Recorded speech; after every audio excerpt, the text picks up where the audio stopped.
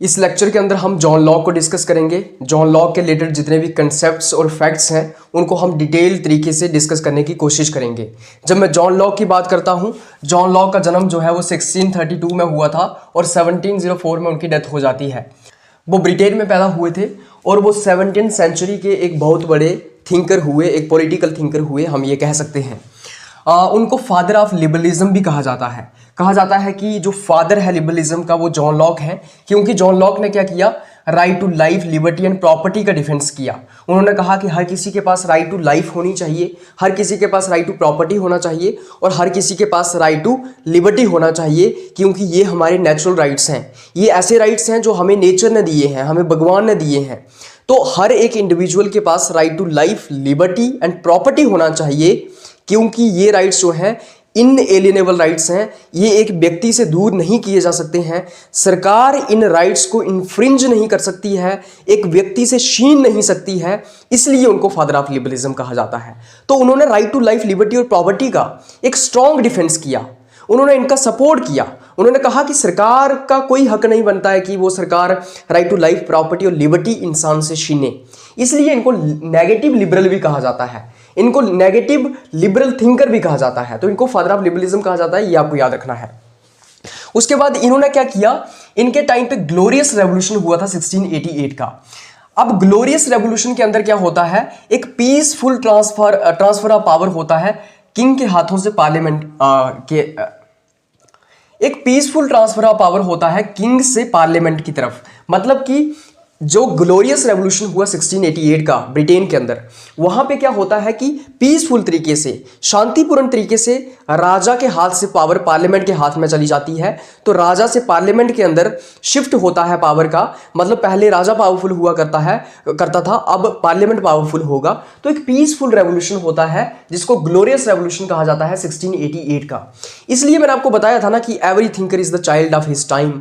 हर एक थिंकर जो है वो अपने टाइम से, अपने सर्कमस्टांसिस से, उस वक्त जो उसकी कंडीशंस चल रही हैं उससे प्रभावित होता है।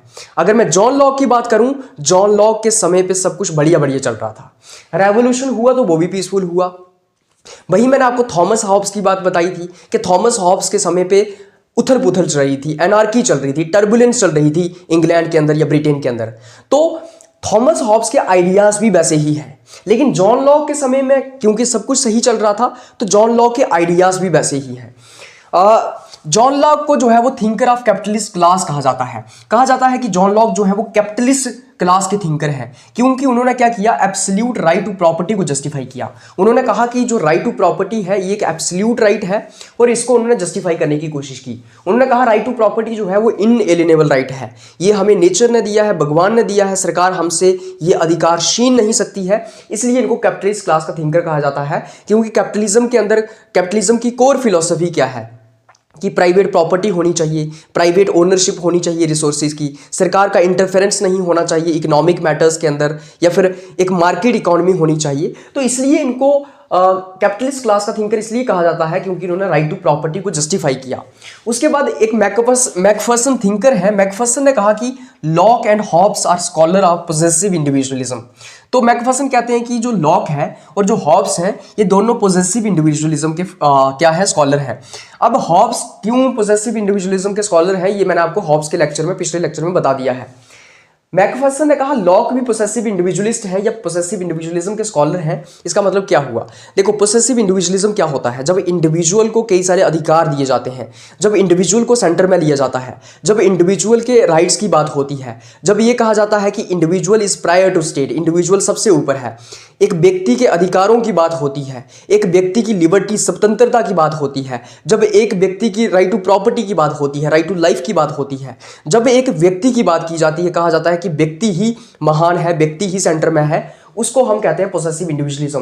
तो क्योंकि लॉक ने राइट टू लाइफ, लिबर्टी और प्रॉपर्टी को जस्टिफाई किया, उसने कहा ये इनएलिएनेबल राइट्स हैं, ये नेचुरल राइट्स हैं, सरकार इंसान से इन राइट्स को नहीं छीन सकती है। That's why he is known as scholar of possessive individualism. And Macpherson ने कहा कि वो पोसेसिव इंडिविजुअलिज्म का स्कॉलर था। लॉक ने सेपरेशन ऑफ पावर को एडवोकेट किया। उन्होंने कहा कि सेपरेशन ऑफ पावर होना चाहिए, मतलब कि जो एग्जीक्यूटिव है, जो लेजिस्लेचर है, जो जुडिशरी है, इन तीनों ऑर्गन्स के बीच जो है पावर का सेपरेशन होना चाहिए। एग्जीक्यूटिव का अपना काम है, लेजिस्लेचर का अपना काम है और जुडिशरी का अपना काम है, और इनके काम में दखल अंदाजी नहीं होनी चाहिए। ऐसा नहीं है कि एग्जीक्यूटिव जुडिशरी के काम में इंटरफेरेंस कर रहा है। तो उन्होंने क्या किया, सेपरेशन ऑफ पावर को एडवोकेट किया। उसी के साथ साथ उन्होंने रिप्रेजेंटेटिव डेमोक्रेसी को भी एडवोकेट किया। उन्होंने कहा कि रिप्रेजेंटेटिव डेमोक्रेसी होनी चाहिए। जैसे अगर मैं रूसो की बात करूं, रूसो डायरेक्ट डेमोक्रेसी की बात करते हैं, लेकिन ये रिप्रेजेंटेटिव डेमोक्रेसी की बात करते हैं। रिप्रेजेंटेटिव डेमोक्रेसी का मतलब ये होता है कि तुम अपने नुमाइंदे चुनोगे, तुम अपने लीडर्स चुनोगे, रिप्रेजेंटेटिव्स चुनोगे, और वो रिप्रेजेंटेटिव्स जो है आपके बिहाफ के ऊपर आपके लिए पॉलिसीज और प्रोग्राम्स बनाएंगे, आपके लिए काम करेंगे, गवर्नमेंट चलाएंगे, गवर्नमेंट में बैठेंगे। आपको ये याद रखना है कि ये जो सेपरेशन ऑफ पावर है ना, इसका मेन एक्सपोनेंट कौन है। तो अगर मैं मोंटेस्क्यू की बात करूं तो मोंटेस्क्यू जो है वो मेन एक्सपोनेंट है किसका, सेपरेशन ऑफ पावर का। मोंटेस्क्यू अपनी एक किताब लिखता है जिसको हम स्पिरिट ऑफ लॉज कहते हैं। तो मोंटेस्क्यू जो है वो मेन एक्सपोनेंट है सेपरेशन ऑफ पावर का। अगर कोई आपको कहे कि बताओ who was the main proponent of separation of power, और वहां पे मोंटेस्क्यू का नाम भी हो और उसका वहां पे जॉन लॉक का भी नाम हो, तो वहां पे आपको मोंटेस्क्यू को टिक करना है, क्योंकि असली प्रोपोनेंट कौन था सेपरेशन ऑफ पावर का, वो था मोंटेस्क्यू। और इसकी किताब है एक जो कि आपको याद रखनी है, उस किताब का नाम है spirit of laws, spirit of laws. तो ये भी काफी इंपॉर्टेंट किताब है जो कि आपको याद रखनी है, भूलनी नहीं है। उसी के साथ साथ जो जॉन लॉक था वो सोशल कॉन्ट्रैक्ट का जो ट्रेडिशन है उसको बिलोंग करता था। तो जॉन लॉक भी एक सोशल कॉन्ट्रैक्शन थिंकर था या फिर सोशल कॉन्ट्रैक्चुअलिस्ट थिंकर था। जैसे मैंने आपको बताया था कि थॉमस हॉब्स भी एक सोशल कॉन्ट्रैक्चुअलिस्ट थिंकर था, इसी तरीके से जॉन लॉक भी एक सोशल कॉन्ट्रैक्चुअलिस्ट थिंकर था। सोशल कॉन्ट्रैक्चुअल थिंकर क्या होता है, सोशल कॉन्ट्रैक्ट क्या होता है, मैंने आपको थॉमस हॉब्स में भी समझाया था, फिर मैं आपको समझा देता हूं। सोशल कॉन्ट्रैक्ट के जो थिंकर्स होते हैं उनका ये कहना होता है कि जो स्टेट बनी थी हमारी, जो स्टेट बनाई गई थी पहली बार, तो वो भगवान के द्वारा नहीं बनाई गई थी, बल्कि लोगों ने एक कॉन्ट्रैक्ट किया था, उस कॉन्ट्रैक्ट के तहत जो है वो स्टेट बनाई गई थी। तो क्योंकि जिस सिचुएशन में लोग रह रहे थे जब स्टेट नहीं थी, तो उथल पुथल चल रही थी, एनार्की चल रही थी, तो उस सिचुएशन में लोगों ने ये फैसला लिया कि हमें एक स्टेट बनानी चाहिए जो कि सिचुएशन को नॉर्मल करेगी। तो इसलिए सोशल कॉन्ट्रैक्ट थ्योरी वालों का ये कहना है कि स्टेट जो है वो एक कॉन्ट्रैक्ट से बनाई गई है। वहीं दूसरी ओर डिवाइन ओरिजिन थ्योरी आती है, उसके अंदर ये कहा जाता है कि स्टेट जो है वो भगवान ने बनाई है। उसी के साथ साथ एक हिस्टोरिकल या एवोल्यूशनरी थ्योरी आती है, उसके अंदर ये कहा जाता है कि स्टेट अपने आप हिस्टोरिकली इवॉल्व हुई है। उसके बाद जॉन लॉक की बहुत मशहूर किताब है, रट लेनी है आपको, two treatise on civil government, 1689 में आई। ये जो two treatise of civil government है, इसके अंदर दो ट्रीटीज आती हैं। पहली ट्रीटी के अंदर जॉन लॉक जो है वो रॉबर्ट फिल्मर को क्रिटिसाइज करते हैं। जो रॉबर्ट फिल्मर की एक किताब है पैट्रियार्का, उसको वो क्रिटिसाइज करने का काम करते हैं। तो आपको याद रखना है कि उनकी एक किताब थी two treatise on civil government जो 1689 में आती है, उसके अंदर दो ट्रीटीज हैं। पहली ट्रीटी के अंदर वो रॉबर्ट फिल्मर की किताब पैट्रियार्का को क्रिटिसाइज कर रहे हैं, क्योंकि रॉबर्ट फिल्मर क्या कर रहे थे, अपनी किताब जो पैट्रियार्का है उसके अंदर ये कह रहे थे कि स्टेट जो है वो भगवान का परिवार है, स्टेट जो है वो फैमिली है गॉड की। यहां पे वो किससे इन्फ्लुएंस हुए थे, तो वो हीगल से इन्फ्लुएंस हुए थे, क्योंकि हीगल भी कहता था state is the March of God on earth. तो बेसिकली यहां पे पैट्रियार्का के अंदर रॉबर्ट फिल्मर कहते हैं कि स्टेट जो है वो क्या है, भगवान का परिवार है, स्टेट भगवान ने बनाई है। मतलब कि वो डिवाइन ओरिजिन थ्योरी का सपोर्ट कर रहे हैं। वो कह रहे हैं कि स्टेट जो है वो भगवान ने बनाई है, इसलिए जो स्टेट है वो भगवान ने बनाई है, इसलिए स्टेट बड़ी पावरफुल है, स्टेट के पास एब्सोल्यूट पावर्स हैं, स्टेट के पास एब्सोल्यूट पावर्स हैं, एब्सोल्यूट अथॉरिटी है, अल्टीमेटली स्टेट काफी पावरफुल है। उसी के साथ साथ वो सोशल कॉन्ट्रैक्ट थ्योरी को क्रिटिसाइज करते हैं। कौन? रॉबर्ट फिल्मर अपनी किताब पैट्रियार्का के अंदर सोशल कॉन्ट्रैक्ट को क्रिटिसाइज करते हैं। वो कहते हैं कोई कॉन्ट्रैक्ट नहीं हुआ था, भगवान ने बनाई है स्टेट। तो बेसिकली ये जो रॉबर्ट फिल्मर की किताब थी पैट्रियार्का, जिसके अंदर रॉबर्ट फिल्मर ये कह रहे हैं कि स्टेट भगवान ने बनाई है, स्टेट भगवान का परिवार है, उसी के साथ साथ जो है वो सोशल कॉन्ट्रैक्ट थ्योरी को क्रिटिसाइज कर रहे हैं। वो कह रहे हैं कि स्टेट के पास एब्सोल्यूट पावर होनी चाहिए। इसीलिए ये जो फिल्मर की किताब थी पैट्रियार्का, इसको क्रिटिसाइज करते हैं कौन? लॉक कहते हैं कि कोई स्टेट भगवान ने नहीं बनाई है और ना ही स्टेट के पास एब्सोल्यूट पावर है। तो लॉक जो है वो रॉबर्ट फिल्मर की किताब पैट्रियार्का को क्रिटिसाइज करते हैं। और दूसरी ट्रीटी के अंदर वो क्या करते हैं, जो उनकी सेकंड ट्रीटी है इस किताब के अंदर, दूसरी ट्रीटी के अंदर वो सोशल कॉन्ट्रैक्ट करते हैं।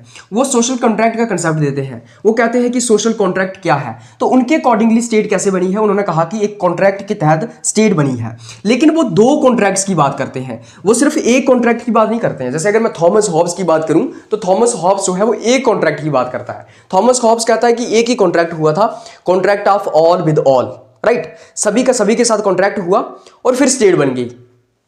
लेकिन जॉन लॉक ये कहते हैं कि दो कॉन्ट्रैक्ट हुए, पहले कॉन्ट्रैक्ट से सिविल सोसाइटी बनाई गई और दूसरे कॉन्ट्रैक्ट से स्टेट बनाई गई। कैसे बनाई गई सिविल सोसाइटी पहले कॉन्ट्रैक्ट से, दूसरे कॉन्ट्रैक्ट से कैसे स्टेट बनाई गई, ये मैं आगे एक्सप्लेन करूंगा। लेकिन उससे पहले आपको ये भी जान लेना चाहिए कि जॉन लॉक का ह्यूमन नेचर कैसा था, मतलब जॉन लॉक ह्यूमन नेचर के बारे में क्या बताते हैं। तो मैंने आपको बताया कि जॉन लॉक के समय में सब बढ़िया बढ़िया चल रहा था। जॉन लॉक के समय में ग्लोरियस रेवोल्यूशन होता है 1688 का, जिसमें most peaceful transfer of power होता है from the hands of king to parliament. So everything was England was prospering at that time. सब कुछ बढ़िया चल रहा था, गुडविल इमर्ज हो रही थी, सोसाइटी जो है वहाँ पे हैवॉक नहीं था, एनार्की नहीं थी, उथल पुथल नहीं थी।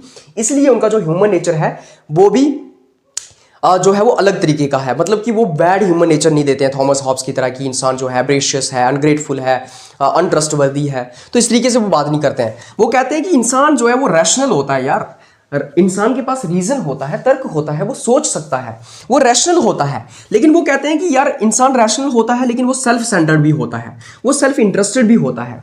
एक तो इंसान रैशनल है, समझदार है, वो दूसरों की देखभाल भी करता है, दूसरों की समस्या को भी समझता है, दूसरे के अधिकारों को भी समझता है, लेकिन कहीं ना कहीं सेल्फ सेंटर्ड तो होता ही है। हर इंसान जो है वो सेल्फ सेंटर्ड होता है, खुदगर्ज होता है, सेल्फिश होता है, हर इंसान होता है ना, क्योंकि इंसान के अंदर पैशंस होते हैं, इमोशंस होते हैं। तो कहा कि इंसान रैशनल है, समझदार है, रीजन है उसके अंदर, लेकिन कहीं ना कहीं वो सेल्फ सेंटर्ड है। मतलब थोड़ा बहुत तो होता ही है अपने लिए कि मतलब सेल्फिशनेस तो होती ही है इंसान के अंदर। उन्होंने इनलाइटेंड सेल्फ इंटरेस्ट की बात करी।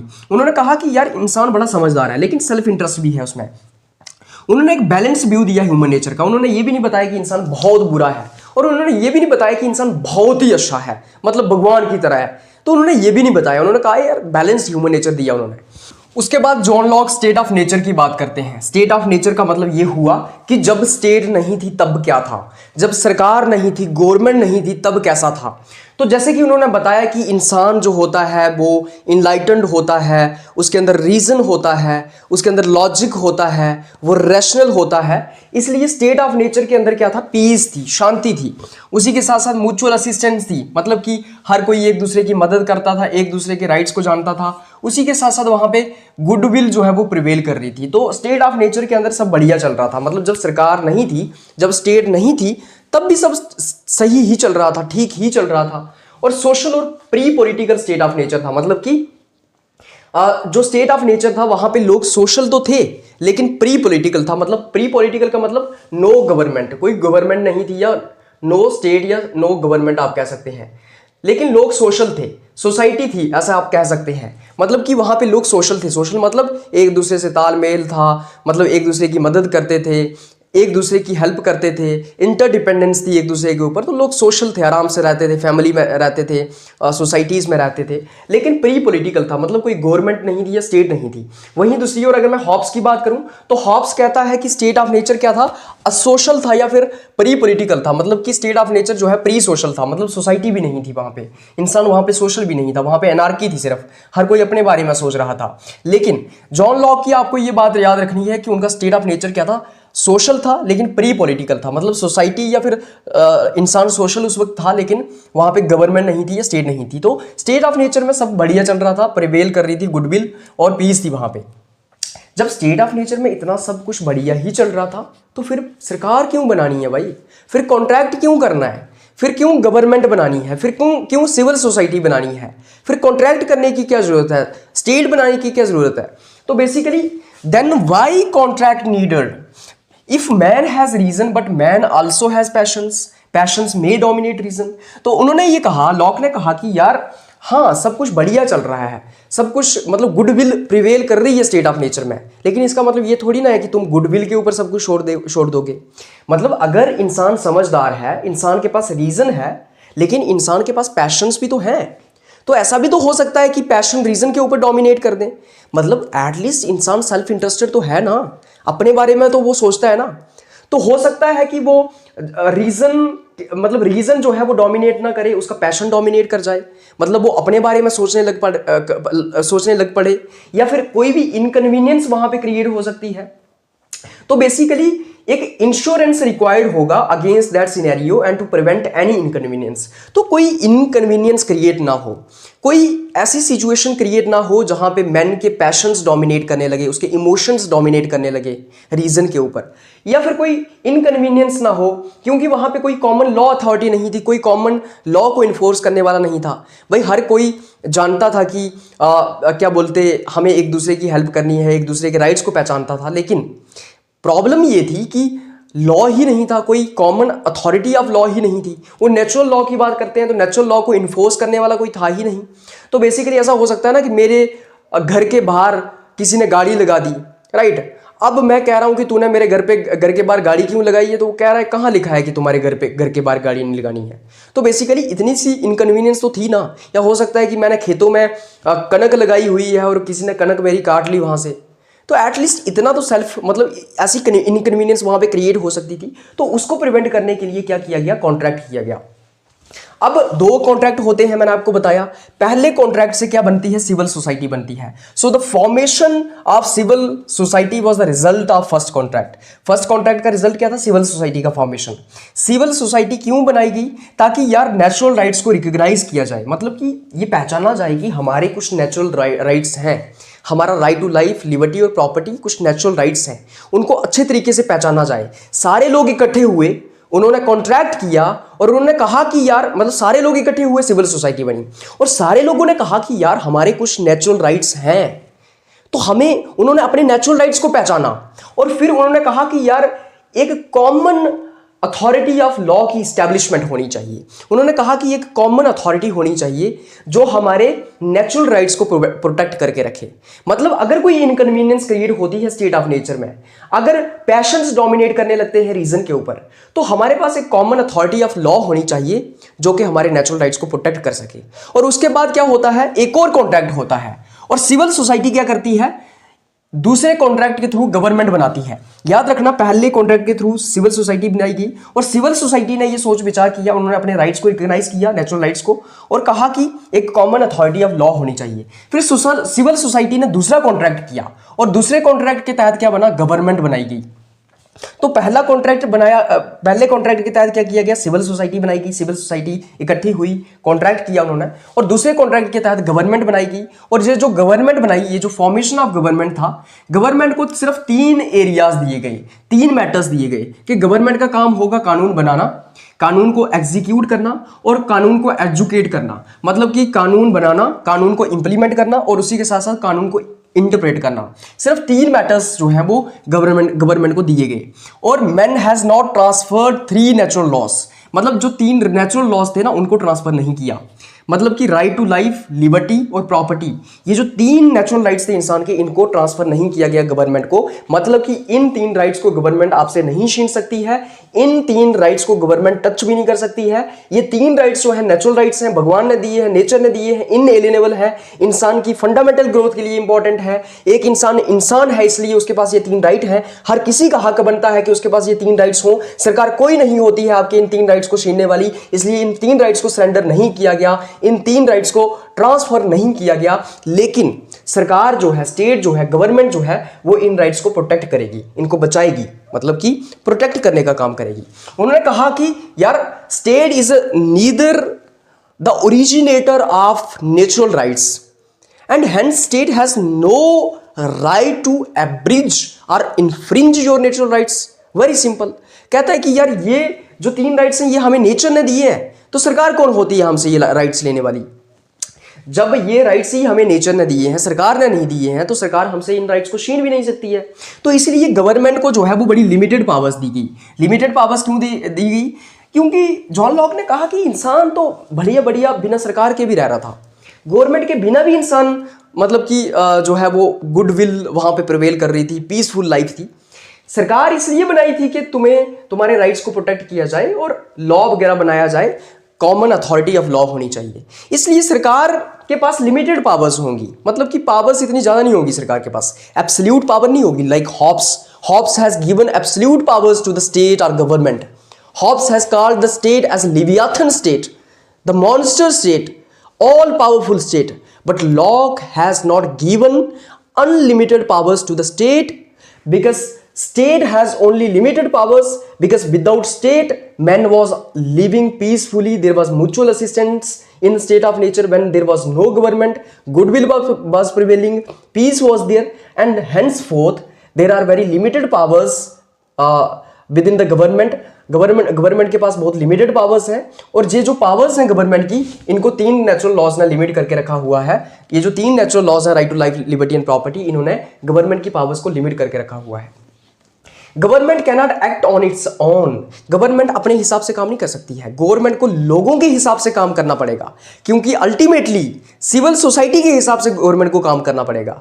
तो वो रिप्रेजेंटेटिव डेमोक्रेसी की बात कर रहा है, वो कह रहा है कि गवर्नमेंट लोगों के द्वारा चुनी जाएगी भाई, तो गवर्नमेंट को लोगों के हिसाब से काम करना है। जो लोग कहते हैं गवर्नमेंट को आपके राइट्स जो है 3 अपने नेचुरल राइट्स, इनको वायलेट नहीं करना है। उसने कहा government is trust and people are trustees, government एक ट्रस्ट की तरह है और लोग ट्रस्टीज हैं। तो गवर्नमेंट जो है वो लोगों के लिए काम करेगी, लोगों के हिसाब से काम करेगी। And he has also supported representative democracy which I told you earlier. उसके बाद राइट टू रिवॉल्ट। अब देखो, राइट टू रिवॉल्ट मतलब अगर गवर्नमेंट आपके हिसाब से काम नहीं करती है तो तुम गवर्नमेंट को फेंक सकते हो उखाड़ के, तो तुम गवर्नमेंट को पावर से बाहर कर सकते हो अगर गवर्नमेंट आपके हिसाब से काम नहीं करती है। यहाँ पे रिवॉल्ट का मतलब ये नहीं है कि तुम जो है वो गवर्नमेंट के अगेंस्ट जो है वो उसको वायलेंट रेवोल्यूशन कर दो या ये सब, या स्टेट को खत्म ही कर दो। नहीं, तुम अगली बार इलेक्शन में वोट ही नहीं दोगे, मतलब कि अगली बार इलेक्शन में वोट ही नहीं दोगे तो पावर में ही नहीं आएगी सरकार। तो बेसिकली राइट टू रिवॉल्ट का मतलब ये भी है कि तुम अगली बार उसको वोट ही नहीं दोगे। उसके बाद कंसेंट रिप्रेजेंट्स फ्री विल। उन्होंने कहा कि जो कंसेंट है ना इंसान की, वो इंसान की फ्री विल को रिप्रेजेंट करती है। मतलब इंसान की अंदर की इच्छा क्या है, इंसान की विल क्या है, फ्री विल क्या है, उसको कंसेंट रिप्रेजेंट करती है। उन्होंने बेसिकली ये कहा कि कंसेंट के अकॉर्डिंगली, लोगों की मर्जी के अकॉर्डिंगली ही सरकार चलनी चाहिए, लोगों के तहत सरकार चलनी चाहिए, जो लोग चाहते हैं वो होना चाहिए। तो लोगों की जो कंसेंट है, जो लोगों की इजाजत है, वो एक्चुअली लोगों की फ्री विल है। मतलब कि लोगों की जो है वो एक फ्री विल है, मतलब लोगों की अंदर की कॉन्शियसनेस है, फ्री विल है। उसके बाद उन्होंने विल को 2 तरीके से डिफाइन किया। उन्होंने कहा विल 2 तरह की होती है, एक होती है एक्सप्लिसिट या डायरेक्ट विल, एक होती है tacit will. So he has classified और he has divided will into 2 parts. उसने कहा एक एक्सप्लिसिट या डायरेक्ट विल होती है और एक होती है टेसिट विल। एक्सप्लिसिट और डायरेक्ट विल क्या होती है, जिसमें तुम डायरेक्टली वोट करते हो सरकार के लिए, डायरेक्ट वोट, राइट। और एक होती है टेसिट विल, इसके अंदर क्या होता है, तुम वोट नहीं करते हो, वोट नहीं करते हो। तो बेसिकली देखो, समझो इस चीज को, यहां पे कहने की कोशिश क्या कर रहा है लॉक कह रहा है कि जो तुम्हारी कंसेंट है, जो तुमने इजाजत दी है सरकार को, वो तुम्हारी विल है, तुम्हारी मर्जी थी। मर्जी 2 तरह की होती है, एक होगी एक्सप्लिसिट या डायरेक्ट विल, डायरेक्ट मर्जी, या फिर टेसिट विल, राइट। तुमने इजाजत दी सरकार को, और जो इजाजत थी, जो विल थी, मतलब इजाजत अल्टीमेटली जो है वो आपकी विल को रिप्रेजेंट करती है। तो आपने एक सरकार को इजाजत दी, मतलब वोट दे दिया, डायरेक्ट वोट दे दिया, तो इसका मतलब आपने एक्सप्लिसिट या डायरेक्ट विल दे दी सरकार को। और तुमने वोट नहीं दिया तो वो हो गई टेसिट विल। तो उसने ये कहा कि ऐसा नहीं है कि जिन्होंने वोट नहीं दिया है, जिन्होंने टेसिट विल दी है, या फिर जिन्होंने वोट नहीं दिया है, उनके ऊपर जो है वो सरकार के लॉज एप्लीकेबल नहीं होंगे।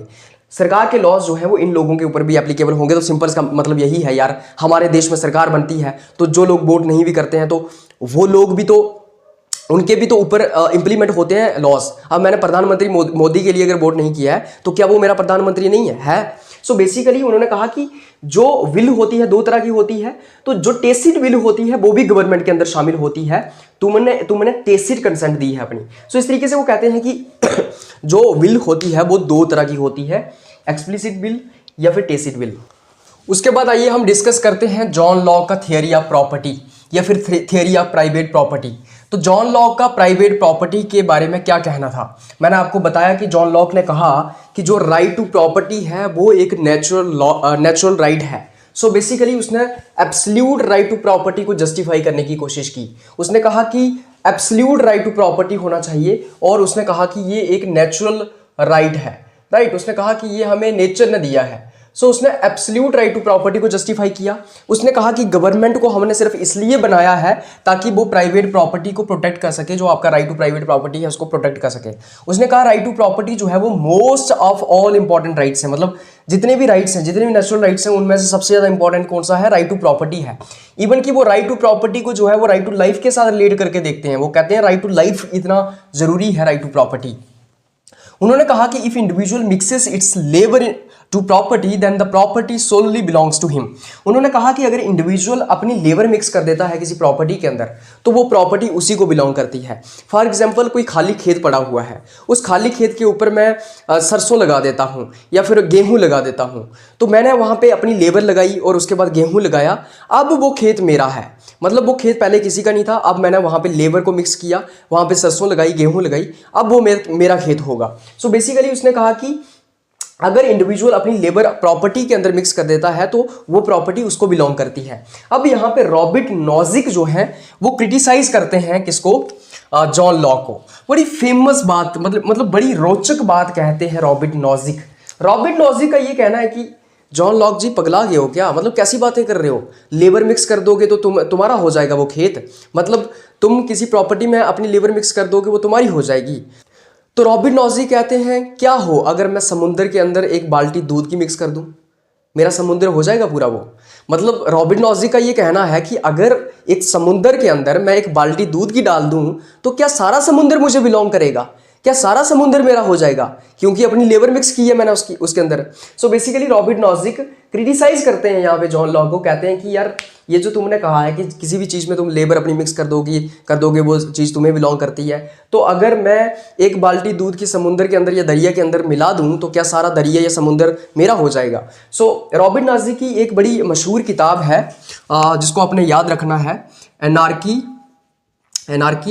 State and utopia. काफ़ी फेमस बुक है, आपको याद रखना है, यहाँ से डायरेक्टली क्वेश्चन आता है CUTPG में। उसके बाद जॉन लॉक जो है वो नाइट वॉचमैन स्टेट का समर्थन करते हैं कि वो कहते हैं कि स्टेट का रोल जो है एक वॉचमैन की तरह होना चाहिए। जैसे एक आपके घर का वॉचमैन होता है ना, उसका क्या रोल होता है? सिर्फ आपके घर की देखभाल करना। सो स्टेट का भी इतना ही रोल है कि आपकी प्रॉपर्टी की देखभाल करे सरकार जो है, स्टेट जो है, गवर्नमेंट जो है। बाकी गवर्नमेंट को प्रॉपर्टी के अंदर ज़्यादा इंटरफेयर करने की जरूरत नहीं है। तो नाइट वॉचमैन स्टेट की यहाँ पे बात करते हैं, जिसको आप लेसेस फेयर स्टेट भी कहते हैं। उसके बाद उन्होंने कुछ लिमिटेशंस लगाई हैं राइट टू प्रॉपर्टी के ऊपर। मतलब ऐसा नहीं है कि उन्होंने बिल्कुल ही एब्सोल्यूट राइट टू प्रॉपर्टी की बात की, कुछ लिमिटेशंस हैं। क्या लिमिटेशंस हैं वो? सबसे पहले वो लेबर लिमिटेशन लगाते हैं। वो कहते हैं कि जो तुम्हारा लेबर लिमिटेशन का प्रिंसिपल, मतलब वो कहते हैं कि अगर तुम किसी प्रॉपर्टी के अंदर अपनी लेबर को मिक्स कर रहे हो, इसका मतलब ये नहीं है कि तुम उस प्रॉपर्टी को बर्बाद कर दोगे। मतलब फेयर तरीके से तुम्हारी लेबर उसमें मिक्स होनी चाहिए। ऐसा नहीं है कि तुमने एक बार खेत में ऐसे दिखाने के लिए कल्टीवेशन कर दी, वहां पे गेहूं लगा दिया एक बार, और उसके बाद तुमने उसको बंजर बना के छोड़ दिया और तुम कह रहे हो कि ये खेत अब मेरा है। सो लेबर लिमिटेशन लगाई है। डेप्रीवेशन लिमिटेशन लगाई है, मतलब कि तुम्हारा राइट टू प्रॉपर्टी जो है दूसरों के राइट टू प्रॉपर्टी को वायलेट नहीं करना चाहिए। मतलब तुम दूसरों के राइट टू प्रॉपर्टी को जो है उनसे छीन नहीं सकते हो।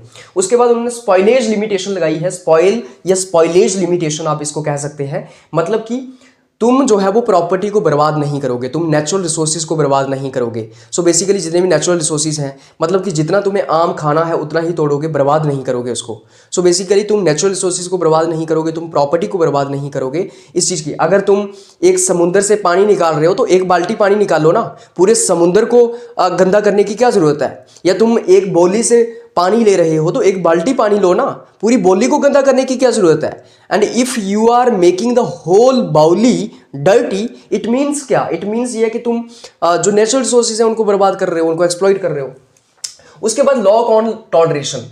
लॉग टॉलरेशन के बारे में क्या कहते हैं? उन्होंने कहा कि there should be toleration towards other religion respect diversity. उन्होंने कहा कि जो बाकी रिलीजन है, बाकी मजहब जो है, उनके तरफ आपका टॉलरेशन होना चाहिए, सहनशीलता होनी चाहिए, एक रिस्पेक्ट होनी चाहिए। सो बेसिकली यहाँ पे वो किसकी भाईचारे की बात कर रहे हैं? वो यहाँ पे डाइवर्सिटी को प्रमोट कर रहे हैं, वो यहाँ पे ब्रदरहुड को प्रमोट कर रहे हैं, राइट? ब्रदरहुड को प्रमोट कर रहे हैं, मतलब रिलीजियस ब्रदरहुड आप कह सकते हैं, या फिर यूनिवर्सल ब्रदरहुड को प्रमोट करने की कोशिश कर रहे हैं। वो कह रहे हैं रिस्पेक्ट होनी चाहिए सारे रिलीजन्स की, डाइवर्सिटी की रिस्पेक्ट होनी चाहिए। बट स्टिल यहां पे लॉक हिपोक्रेट हो जाता है। कैसे? वो कहता है कि state should not tolerate atheist, state should throw them out. वो कहता है कि एथीस्ट जो भगवान को नहीं मानते हैं, जो भगवान पे भरोसा नहीं करते हैं, उनको स्टेट को टॉलरेट नहीं करना चाहिए, उनको फेंक देना चाहिए, बाहर फेंक देना चाहिए। सो बेसिकली वो कहते हैं कि एथीस्ट को टॉलरेट नहीं करना चाहिए। So he is very paradoxical और कॉन्ट्राडिक्टरी और hypocrite here. He is talking about toleration among religions and toleration towards other religions, but still also he is talking about not tolerating atheist and atheist should be thrown out by the state. उसके बाद lock on liberty, liberty के बारे में lock का क्या कहना है? तो आपको याद रखना है कि लॉक जो है वो नेगेटिव लिबर्टी का सपोर्ट करते हैं। नेगेटिव लिबर्टी, नेगेटिव लिबर्टी का मतलब क्या होता है कि स्टेट को ज़्यादा इंटरफेरेंस नहीं करनी चाहिए राइट टू प्रॉपर्टी के अंदर या इंडिविजुअल की लाइफ के अंदर। सो बेसिकली वो कहते हैं where there is no law there is no liberty. वो कहते हैं कि जहाँ पे कानून नहीं है वहाँ पे लिबर्टी नहीं है। सो लिबर्टी के होने के लिए लॉ होना चाहिए। तो वो कहते हैं कि इवन स्टेट ऑफ नेचर के अंदर, जब स्टेट नहीं थी, गवर्नमेंट नहीं थी, तब भी लॉ था। जैसे कि नेचुरल लॉ उस वक्त अवेलेबल था या प्रेजेंट था। और नेचुरल लॉ क्या था कि लोगों के अंदर समझदारी थी, लोगों को पता था कि मतलब लोगों के अंदर समझदारी थी, लोग जो है एक दूसरे के राइट्स को प्रोटेक्ट करते थे, उनको पता था कि उनको गलत नहीं करना है, किसी के साथ धोखा नहीं करना है, क्योंकि नेचर का मतलब नेचर का लॉ है, ये समझदार हैं लोग, राइट। एक दूसरे की तरफ जो है प्रति क्या है एक दूसरे की प्रति जो है वो बड़े नाजुक है, नाजुक इन द सेंस नॉट नाजुक बल्कि एक दूसरे के प्रति जो है एक दूसरे की सहायता करते हैं, म्यूचुअल असिस्टेंस है। उसके बाद lock is individualist out and out. किसने कहा? मैकफर्सन ने कहा। सो मैकफर्सन कहता है कि यार लॉक जो है ना इंडिविजुअलिस्ट ही है, out and out he is individualist. मतलब लॉक जो है वो सिर्फ इंडिविजुअलिज्म को प्रिवेंट कर रहा है, प्रोटेक्ट कर रहा है। लॉक पॉसेसिव इंडिविजुअलिस्ट है, मतलब कि लॉक जो है वो इंडिविजुअल को सेंटर में रख रहा है, उसके राइट्स की बात कर रहा है, उसको राइट्स को प्रोटेक्ट करने की बात कर रहा है, और साथ ही साथ सरकार को इंडिविजुअल के राइट्स में इंटरफेयर करने के लिए रोक रहा है, नहीं करने दे रहा है। So Locke is individualist out and out. Now Macpherson ने लॉक को क्या कहा था, हॉब्स को क्या कहा था? मैकफर्सन ने कहा था कि हॉब्स जो है वो starts as an individualist and concludes with absolutist. So basically Macpherson ने कहा था कि हॉब्स जो है, हॉब्स शुरुआत करता है इंडिविजुअलिस्ट होने से, और फिर वो बाद में एब्सोल्यूटिस्ट बन जाता है, वो स्टेट को एब्सोल्यूट पावर दे देता है। और फिर सेबाइन ने उसको काउंटर किया था कि भाई ऐसा नहीं है। हॉब्स ने स्टेट को इसलिए एब्सोल्यूट पावर दी है क्योंकि वो इंडिविजुअलिज्म को प्रमोट करना चाहता है। So for the sake of individualism he has given the absolute power to the state. But Macpherson को लॉक के केस में कोई डाउट नहीं है, हॉब्स के केस में डाउट था, लॉक के केस में कोई डाउट नहीं है। वो कहता है कि लॉक जो है वो इंडिविजुअलिस्ट ही है। उसके बाद काफ़ी इंपॉर्टेंट चीज़, लॉ की किताबें आपको याद रखनी है, जो उसकी बुक्स हैं वो काफ़ी इंपॉर्टेंट है, ये आपको याद रखनी है। सबसे पहली किताब है उनकी अ लेटर कंसर्निंग टॉलरेशन 1689 में आती है। दूसरी किताब है टू ट्रीटीज ऑन गवर्नमेंट 1689 में आती है, जो मैंने आपके साथ डिस्कस की पहले। उसके बाद N essay concerning human understanding 1690 में आती है। सम थॉट्स कंसर्निंग एजुकेशन 1693 में आती है। तो एजुकेशन के ऊपर भी इन्होंने लिखा है, ह्यूमन अंडरस्टैंडिंग के ऊपर इन्होंने लिखा है, टॉलरेशन के ऊपर लिखा है, मैंने आपको बताया टॉलरेशन के ऊपर क्या लिखा है। और टू ट्रीटीज ऑफ गवर्नमेंट के अंदर मैंने आपको बताया वो दो ट्रीटीज की बात करते हैं। पहली ट्रीटी के अंदर वो रॉबिट फिल्मर की किताब पैट्रियार्का को क्रिटिसाइज करते हैं, एंड इन सेकंड ट्रीटी वो कहते हैं कि सोशल कॉन्ट्रैक्ट किया जाएगा। सोशल कॉन्ट्रैक्ट जो है वो दो कॉन्ट्रैक्ट किए जाएंगे, एक के तहत सिविल सोसाइटी बनाई जाएगी और दूसरे के तहत क्या बनाया जाएगा, दूसरे के तहत गवर्नमेंट या स्टेट बनाई जाएगी। दोबारा से मैं रिवाइज कर देता हूं, इनकी किताबें क्या है, a letter concerning toleration, two treatise of government, an essay concerning human understanding, some thoughts concerning education. किताबें आपको भूलनी नहीं चाहिए, डायरेक्टली क्वेश्चन यहाँ से आता है सीयूटी पीजी के अंदर या बाकी कम्पिटिटिव एग्जामिनेशंस के अंदर। So this was a story all about John Locke. John Locke को आपने समझ लिया होगा। जॉन लॉक काफ़ी इंपॉर्टेंट थिंकर हुए 17वीं शताब्दी के, जो आप कहते हैं 17th सेंचुरी के। So it was all about lock. आज के लेक्चर में बस इतना ही। मिलेंगे आपके साथ एक और नए थिंकर के साथ। क्या नाम है नेक्स्ट थिंकर का? Rousseau, I think Rousseau. तो रूसो को हम नेक्स्ट लेक्चर के अंदर पढ़ने की कोशिश करेंगे। बहुत बहुत धन्यवाद।